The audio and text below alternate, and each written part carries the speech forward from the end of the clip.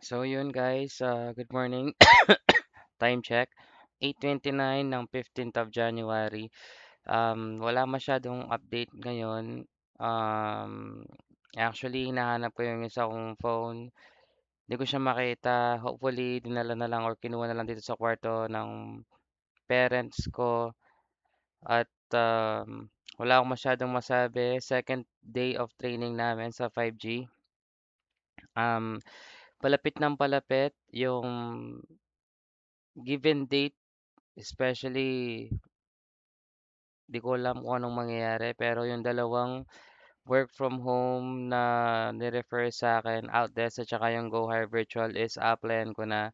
Siyempre gusto ko rin na maging prepared, ayusin yung resume na naaayon dun sa kung ano yung dapat talaga. So yun, kaka-uwi ko lang, di naman pagod pero mukhang pagod at humahaba natin yung balbas ko. So yun, mag-ahit na siguro ako. So yun lang, walang masyadong update, wala naman talagang something na memorable yung nangyari ngayon except sa yun nga, yung hinahanap ko yung cellphone ko. So yun lang. Kita-kits sa susunod na video. Walang walang update sa life eh.